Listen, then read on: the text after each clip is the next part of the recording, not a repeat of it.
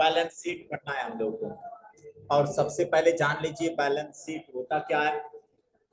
तो balance sheet का मतलब होता है आर्थिक चिट्ठा।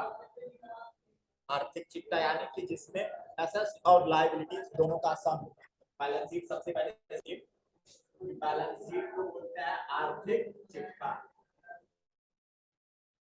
अब देखिए ये जो बैलेंस शीट है हमेशा किसके बराबर होगा, एसेट्स प्लस लायबिलिटीज। अब इसमें जितना भी एसेट्स का पार्ट होगा वो एसेट्स साइड में दिखेगा, जितना लायबिलिटीज का पार्ट होगा वो लायबिलिटीज में दिखेगा। एसेट्स के कौन कौन से पार्ट है आगे हम लोग सीखेंगे, जैसे कि कैश अकाउंट है, बैंक अकाउंट है, सर्टिफिकेट है, डिपॉजिट है, ये सारे क्या करंट एसेट्स के पार्ट। लायबिलिटीज के कौन कौन से पार्ट है, सर्टिफिकेट है, उसके बाद प्रोविजन है, उसके बाद ड्यूटीज एंड टैक्सेस है। ये सारा जब ग्रुप हम लोग पढ़ेंगे तो ये सीखेंगे कि ड्यूटीज एंड टैक्सेस क्या होता है, सन्ड्री क्रेडिटर क्या होता है, बैंक अकाउंट क्या होता है, सन्ड्री क्रेडिटर क्या होता है। तो ये अभी ध्यान रखिए कि जो बैलेंस शीट होता है एसेट्स और लायबिलिटीज के इक्वल होता है। जितने बिजनेस के एसेट्स होंगे वो ऐसे आगे होंगे। लायबिलिटीज का मतलब ऋण या कर्ज, एसेट्स का मतलब आपको पता है संपत्ति, और लायबिलिटीज का मतलब ऋण होता है, कर्ज होता है या दायित्व। ठीक, बिजनेस के ऊपर कितने का लायबिलिटीज है, लोन है, वो लायबिलिटीज में दिखता है, और बिजनेस में कितने एसेट्स है वो एसेट्स के साइड में दिखता है, संपत्ति है। जैसे मान लो हमारे पास कैश 1,00,000 रुपए है तो एसेट्स है बिजनेस के लिए, कि उस कैश का इस्तेमाल करके हम अपने बिजनेस के ग्रोथ को बढ़ा सकते हैं। बैंक बैलेंस है तो बैंक का पैसा का भी इस्तेमाल करके हम अपने बिजनेस का ग्रोथ बढ़ा सकते हैं। जितने सारे कस्टमर हैं वो भी हमारे इनकम के सोर्स होते हैं, क्योंकि अगर सामान खरीदने वाले ही ना रहे तो सामान रखने का क्या फायदा। तो जितने सारे कस्टमर होते हैं वो भी हमारे इनकम के सोर्स होते हैं। डिपॉजिट होता है वो भी होता है। फिर उसके बाद आप पढ़ेंगे इसमें लोन एंड एडवांस, वो भी हमारा एसेट्स का ही पार्ट है। इसको डिटेल में जब ग्रुप पढ़ाया जाएगा ना तो आप सब सीखेंगे कि कैश इन हैंड क्या है, बैंक बैलेंस क्या है, सन्ड्री डेब्टर क्या है। लायबिलिटीज में आ जाते हैं कितने सारे सप्लायर, यानी कि किन किन पार्टियों को हमें पैसा पे करना है। बिजनेस के ऊपर कितने ऐसे सप्लायर हैं जिनको हमें पैसा देना है, तो वो लायबिलिटीज में दिखाएगा। टोटल फ्यूचर लॉसेस कितना हुआ है वो हमें दिखाना पड़ता है, और कितने टैक्स हमें गवर्नमेंट को जमा करवाना है वो भी दिखाता है ड्यूटीज एंड टैक्सेस। तो पूरा मिला जुला के इसका मतलब यही है कि बिजनेस में जितने सारे एसेट्स हैं वो एसेट्स की साइड में दिखेंगे, और जितने लायबिलिटीज हैं वो लायबिलिटीज के साइड में दिखेंगे। और बैलेंस शीट हमेशा एसेट्स और लायबिलिटीज के इक्वल होता है, क्योंकि इन्हें दोनों का इस्तेमाल करके बैलेंस शीट बनता है। तो टैली में आपको बैलेंस शीट बनाने की जरूरत नहीं है, टैली आपको बैलेंस शीट बनाया देगा। एंट्री पोस्ट करते जाएंगे, बैलेंस शीट बनता जाएगा। हाथ से बनाने वाला कुछ भी नहीं है, वो हम लोग कल सीखे थे ना, बिल्कुल वैसे ही बैलेंस शीट भी बनाया जाता है। यहाँ से भरना पड़ेगा कि पर्टिकुलर में एसेट्स कितने हैं, लायबिलिटीज कितने हैं, अमाउंट आप उसमें भर दीजिए। अभी मैं फॉर्मेट दिखाऊंगा आप लोगों को। तो टैली में या बेसिक में आपको बैलेंस शीट बनाने की जरूरत नहीं है। आप जैसे जैसे एंट्री को पोस्ट करते जाएंगे बैलेंस शीट आपका ऑटोमेटिक बनता जाएगा, तो अलग से बैलेंस शीट बनाने की जरूरत नहीं पड़ती। अब देखिए इसमें सबसे पहले आपको करना क्या है, देखिए तो बैलेंस शीट हम लोग पढ़ रहे थे, तो देखिए वही कह रहा है बैलेंस शीट आपका कि balance sheet is a statement that summarise the assets and liabilities. कि बैलेंस शीट एक तरीके का स्टेटमेंट होता है जो किसको समराइज करता है, एसेट्स और लायबिलिटीज को समराइज करता है कि बिजनेस में टोटल लायबिलिटीज यानी बिजनेस के ऊपर कितना लोन है, और बिजनेस में टोटल कितने एसेट्स पड़े हुए हैं, कितने संपत्ति पड़े हुए हैं। कह रहा है कि the excess of assets over liabilities the net worth of business, कि यदि आपका एसेट्स लायबिलिटीज से अधिक है तो आपके लिए वो इनकम होगा। नेट वर्थ का मतलब होता है इनकम या कमाई। ठीक, अगर मान लो एसेट्स कम हो गया किसके कंपैरिजन में, लायबिलिटीज के, तो वो हमारा एक तरीके का लॉस होगा, इनकम नहीं वो लॉस होगा। कि संपत्ति कम है बिजनेस में, लेकिन बिजनेस के ऊपर लोन ज्यादा है, तो वो क्या है, लॉस ही तो है। फिर देखिए कह रहा है the balance sheet providers information that help in the accessing. क्या क्या इंफॉर्मेशन बैलेंस शीट प्रोवाइड करता है, तो कोई भी कंपनी हो उसका फाइनेंशियल परफॉर्मेंस को बताता है, फिर उसकी इफिशियंसी को बताता है कि कितने कैपिटल अकाउंट हैं, ये सारी चीजें। फिर कंपनी में कितने सारे एसेट्स हैं उनको भी बताएगा, जितने सारे इनकम है या एक्सपेंस यानी आय है या आपके खर्चे हैं, वो सब भी बैलेंस शीट में आपको दिखाई दे देगा।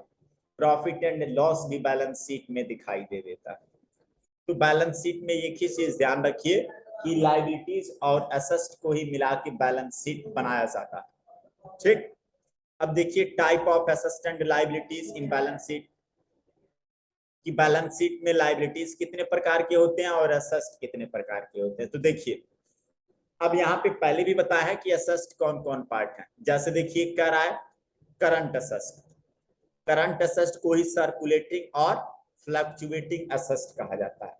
करंट एसेट्स और एसेट्स के बारे में पहले समझ लीजिए। एसेट्स होता क्या है, एसेट्स का मतलब संपत्ति, और कहते किसे हैं, तो वे वस्तुएं जो बिजनेस को अस्थायी या अस्थायी रूप से चलाने में मदद करती हैं उन्हें एसेट्स कहा जाता है। कि अगर हमारे पास कैश ही ना रहे तो क्या हम बिजनेस को प्रॉपर रन करा पाएंगे, नहीं। कैश भी ना हो, बैंक बैलेंस भी ना हो और कस्टमर भी ना हो, तो क्या बिजनेस चलेगा। सारा सामान वैसे पड़ा है और खरीदने वाले कस्टमर का पता ही नहीं, तो भी हमारा बिजनेस प्रॉपर रन नहीं करेगा। तो एसेट्स होता क्या है, तो ऐसे एसेट्स जो बिजनेस को अस्थायी या अस्थायी रूप से चलाने में मदद करती हैं उन्हें एसेट्स कहा जाता है। दो तरीके का एसेट्स होता है, एक होता है आपका फिक्स्ड एसेट्स और दूसरा होता है करंट एसेट्स। ये आप लोग शुरू में पढ़ चुके हैं। फिक्स्ड एसेट्स यानी कि अचल संपत्ति और करंट एसेट्स का मतलब चल संपत्ति।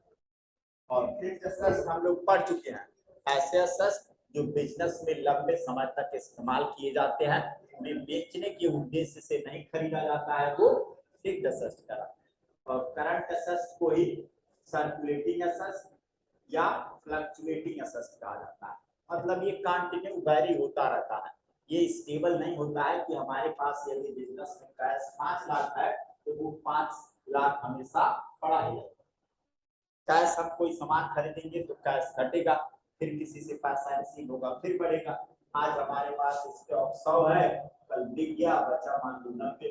तो करंट एसेट्स कंटिन्यू वैरी होते रहते हैं, स्टेबल नहीं होते हैं, कि वो कंटिन्यू इंक्रीज और डिक्रीज होते रहते हैं। कि मान लो आपके बिजनेस में आपके पास 10 लाख रुपए है, तो क्या कैश 10 लाख हमेशा बना रहेगा, नहीं बना रहेगा। आप कहीं ना कहीं उसको खर्च करेंगे, सामान खरीदेंगे तो खर्च होगा, फिर किसी से पैसा लेंगे फिर बढ़ेगा फिर घटेगा, तो वो कंटिन्यू वैरी होता है। तो देखिए यही है करंट एसेट्स, जो फिक्स नहीं होता है, वेरिएबल होता है, और ये हमेशा शॉर्ट टर्म होता है। शॉर्ट टर्म का मतलब उस टाइम के लिए तो स्टेबल रहेगा, फिर कंटिन्यू इंक्रीज और डिक्रीज होता रहेगा। नेक्स्ट देखिए लिक्विड एसेट्स, तो ये क्या कह रहा है, liquid assets, liquid assets are the current assets, ये भी करंट एसेट्स का ही पार्ट होता है। कह रहा है कि are either in the form of cash can be converted into cash immediately without incurring high losses. Example or cash in hand, cash at bank and syndicate. अब देखो लिक्विड एसेट्स का मतलब क्या है, ये करंट एसेट्स का तो part है ही, लेकिन एक ऐसा ये करंट एसेट्स का पार्ट होता है कि जिसको डायरेक्टली कैश में कन्वर्जन नहीं किया जा सकता। जैसे मान लो कस्टमर है, तो कस्टमर से पहले आप सामान सेल करोगे तब तो कैश का कन्वर्जन होगा। ऐसा नहीं कि मान लो आप डायरेक्ट उससे कैश पहले थोड़ी ले लेंगे, हम पहले उसे सेल करेंगे तब जाके उससे हम कैश रिसीव करेंगे। इन्वेस्टमेंट, इन्वेस्टमेंट का मतलब एक ही क्या ध्यान रखिए, निवेश इसको बोलते हैं। और निवेश होता क्या है, जिसमें ना ही टाइम फिक्स हो और ना ही प्रॉफिट फिक्स हो, ना ही लॉस फिक्स हो, वो इन्वेस्टमेंट कहलाता है। जैसे शेयर मार्केट में हम लोग पैसा लगाते हैं, कितना समय लगेगा कुछ पता नहीं, कितना लाभ होगा कुछ पता नहीं, नुकसान होगा कि लाभ होगा कुछ पता नहीं। तो जिसमें ना ही टाइम पीरियड फिक्स हो, ना ही प्रॉफिट फिक्स हो, ना ही लॉस फिक्स हो, उसे इन्वेस्टमेंट कहा जाता है। जैसे बिजनेस में कितना हम इन्वेस्ट करेंगे, मान लो 1 लाख किए तो 1 साल में कोई जरूरी नहीं है कि 2 लाख रुपए ही कमाएंगे, 20 लाख भी कमा सकते हैं, लॉस भी हो सकता है, और जरूरी नहीं है कि 1 साल में ही कमाएंगे। तो जिसमें ना ही टाइम पीरियड फिक्स हो, ना ही लॉस फिक्स हो, ना ही प्रॉफिट फिक्स हो, उसे इन्वेस्टमेंट कहते हैं। जैसे ड्रीम 11 में ही देखते हैं आप लोग, 1 लाख जीतेंगे, 5 लाख जीतेंगे, 10 लाख, कुछ पता नहीं, ठीक, लाभ होगा कि नुकसान होगा कुछ पता नहीं। इन्वेस्ट तो कर दिया है, लेकिन वो हमें पता नहीं है कि लाभ कमाएंगे कि नुकसान कमाएंगे, कमाएंगे तो कितना कमाएंगे, ठीक। उसके बाद देखिए फिक्स्ड एसेट्स हम लोग पढ़ चुके हैं। ऐसे एसेट्स जो बिजनेस में लंबे अवधि के लिए इस्तेमाल किए जाते हैं उसे फिक्स्ड एसेट्स कहा जाता है, यानी जिसे बेचने के उद्देश्य से नहीं खरीदा जाता। जैसे ये मान लो बिजनेस है, तो कंप्यूटर खरीदा गया है तो बेचने के उद्देश्य से नहीं, ये बिजनेस में इस्तेमाल के लिए खरीदा गया है। फिर मान लो फर्नीचर है, व्हीकल है, लैंड है, बिल्डिंग है, ये सब क्या है, जिनको बेचने के उद्देश्य से न खरीदा जाता हो और जो बिजनेस में लंबे समय तक चले उसे फिक्स्ड एसेट्स कहा जाता है। अचल संपत्ति। वास्टिंग एसेट्स क्या है, देखो वास्ट का मतलब होता है बर्बाद होना। Wasting assets are the fixed assets lost through use and exhausted. Example are the minutes and pennies. अब देखो वास्टिंग एसेट्स कि बिजनेस में कुछ ऐसे भी एसेट्स मिल जाएंगे जो यूज करते करते खत्म हो जाएगा, वो किसी काम के लायक नहीं रह जाएगा, उसको फेंक दिया जाएगा, तो वो क्या कहलाते हैं, वास्टिंग एसेट्स। बिजनेस में इतना इस्तेमाल हो गया कि अब वो चलने लायक नहीं, तो उसको फेंक दिया जाएगा, इसे कहा जाएगा वास्टिंग एसेट्स। अब देखो इंटेंजिबल एसेट्स, ये क्या है, करा intangible assets are the fixed assets, ये भी फिक्स्ड एसेट्स होता है, which do not have a physical existence, जिसका कोई फिजिकल यानी भौतिक अस्तित्व न हो। It can not be seen, ना ही इसे देखा जा सकता है और ना ही इसे टच किया जा सकता है, but the possession of which is the benefit of the business or the processor. Example are the copyright, patent and अब देखो जिससे ना ही टच किया जा सकता है, ना ही देखा जा सकता है, लेकिन हम लोग ये मान के चलते हैं कि इससे हमें बिजनेस में लाभ हो सकता है। जैसे कॉपीराइट होता है ना कि कई सारा वीडियो आप दूसरे का इस्तेमाल करके यूट्यूब पे चढ़ा देते, ठीक, तो देखा तो नहीं जा रहा है, ठीक, लेकिन उससे कहीं ना कहीं आपको अगर कोई क्लेम नहीं कर रहा है कि ये कॉपीराइट वीडियो है, तो आपको उससे कहीं ना कहीं इनकम रिसीव होगा। तो ये ऐसे एसेट्स होते हैं जिन्हें भौतिक रूप से ना ही देखा जा सकता है और ना ही टच किया जा सकता है, लेकिन बिजनेस में कहीं ना कहीं उससे हमें बेनिफिट मिलने वाला है। अब देखो फिक्स्ड एसेट्स ये क्या है, करा fixed assets are the debit balance, expense and losses carried forward from one accounting period to another. There are fixed and not represented by any tangible or concrete property. Example are the highly advertisement expense, not written off, and preliminary expense. अब देखो इसका मतलब क्या करा, देखो fixed assets are the debit, यह debit balance होता है, और ये क्या होता है, एक तरीके का एक्सपेंस होता है या तो वो लॉस होता है। जैसे मान लो आप बिजनेस में क्या कर दिए, बड़ी मात्रा में प्रचार करवाते, ठीक, लेकिन उसका कोई बेनिफिट नहीं हुआ, प्रचार करा दिए और उससे कोई बेनिफिट नहीं हुआ, हैवी मात्रा में हमने एडवर्टाइजमेंट तो करवाया लेकिन उसका कोई आउटपुट नहीं निकला, तो इस तरीके को हम लोग बोलते हैं फिक्स्ड एसेट्स।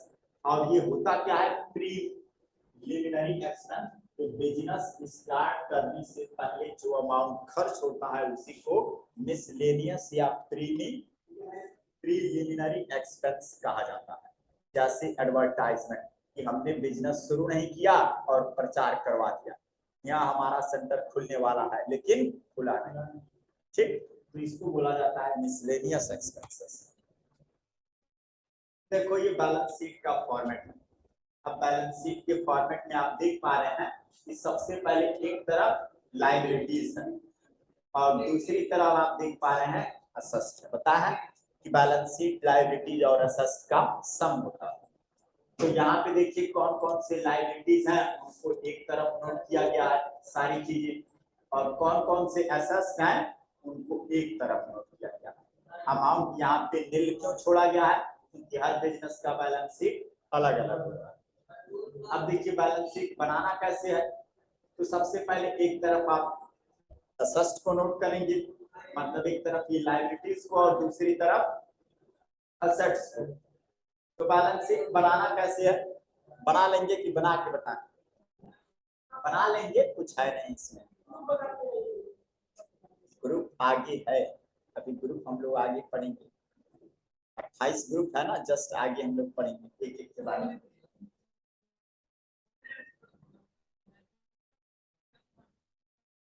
हाँ देखो ऊपर फॉर्मेट दिया है ना, यहाँ देखो एक तरफ लायबिलिटीज और दूसरी तरफ एसेट्स।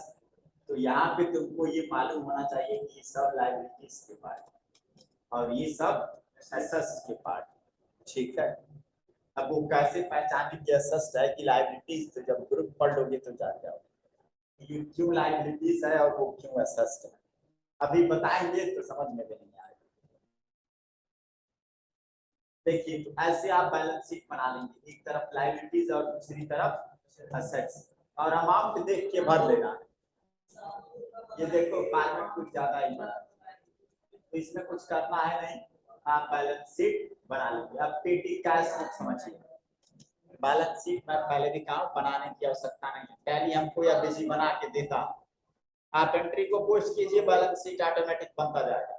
मैं लाइव करके डायरेक्ट करा के दिखाऊंगा आप लोगों को कि बैलेंस शीट कैसे बन रहा है और उसका क्या क्या इफेक्ट पड़ रहा है बैलेंस शीट। देखिए पेटी कैश बुक होता क्या है, ये पेटी कैश बुक कैश का ही पार्ट होता है। तो इसका इस्तेमाल करने की जरूरत क्यों पड़ती है बिजनेस में, ताकि मेन कैश वाला लेजर अफेक्टेड ना हो। जैसे बिजनेस में कई सारे छोटे छोटे खर्चे होते हैं जिनको अगर 10 रुपए 5 रुपए 20 रुपए 50 रुपए से रिकॉर्ड किया जाएगा तो लंबे से लिस्ट बन जाएगी और उसको नोट करने में कैलकुलेशन करने में कई सारी समस्याएं आएंगी। तो उसके लिए पेटी कैश का इस्तेमाल किया जाता है कि मेन कैशियर के द्वारा पेटी कैश में 5000 10,000 रुपए डाल दिया जाता है, और जो पेटी कैशियर होता है वो छोटे छोटे खर्चों को करता है और उसको नोट कर देगा, और वो मेन कैशियर को दिखा देगा कि हाँ 5000 ये खत्म हो गया। तो मेन कैशियर है वो कैश में कितना नोट करेंगे 5000, तो 5000 खत्म हो गया। अब वो नोट किया कि 20 रुपए चाय का, 30 रुपए पानी का, फिर 50 रुपए मान के बिजली बिल, ऐसे छोटे छोटे खर्चे को नोट करेगा तो कैलकुलेशन करने में उसको क्या होगी, समस्याएं।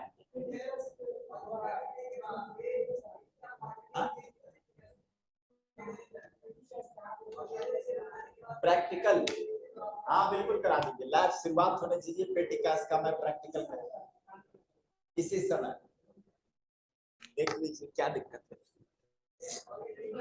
लेकिन अभी समझ में आएगा नहीं, सबसे आप पढ़े हैं तो आपको आ जाएगा, ठीक है। चलिए अभी मैं बता दे रहा हूँ, बस लास्ट में आपको 5 मिनट टाइम देके बता देंगे, ठीक है। देखिए तो पहले ये समझ आइए पेटी कैश होता क्या, मिसलेनियस एक्सपेंसेस। मिसलेनियस का मतलब होता है दिल्ली या फुटकर, जितने सारे छोटे छोटे खर्चे होते हैं उनको मेंटेन करने के लिए हम लोग पेटी कैश का इस्तेमाल करते हैं। जैसे कॉन्वेनियंस, सुविधा चार्ज, कार्टिज, प्रिंटर में कार्टिज खत्म हो गया, कोई सामान कुरियर किए उसका चार्ज, तो ये जितने छोटे छोटे खर्चे हैं, टेलीग्राम का हुआ और कई सारे ऐसे छोटे छोटे खर्चे हैं जो बिजनेस में किए जाते हैं, तो उसको नोट करने के लिए हम लोग पेटी कैश का इस्तेमाल करते हैं। कि पेटी कैश में हमने क्या किया, 5000 दे दिया पेटी कैशियर को, अब वो 5000 कहाँ कहाँ खर्चा हुआ नोट कर लेगा और एक ही बार दिखा देगा कि हाँ ये 5000 खत्म हो गया। तो मेन जो कैशियर होगा वो सब छोटे खर्चों को नहीं नोट करके क्या करेगा, 5000 को रिकॉर्ड कर लेगा कि हाँ ये पेटी कैश में से खत्म हो गया, फिर 5000 देगा, फिर वो छोटे छोटे खर्चे करेगा, फिर उसको हिसाब दे देगा। तो एंट्री लेती ना हो, कॉम्प्लिकेटेड ना हो, उसके लिए इस्तेमाल किया जाता है पेटी कैश। मेन कैशियर को कई सारे अकाउंटिंग में कॉम्प्लिकेशन ना क्रिएट हो, इसलिए इस्तेमाल किया जाता है पेटी कैश। तो ये ध्यान रखिए, कई सारी चीजें लिखा है। अब देखो नेक्स्ट हम लोग पढ़ने वाले हैं जीएसटी। ठीक, तो जीएसटी शुरू करने से पहले थोड़ा सा आप लोग को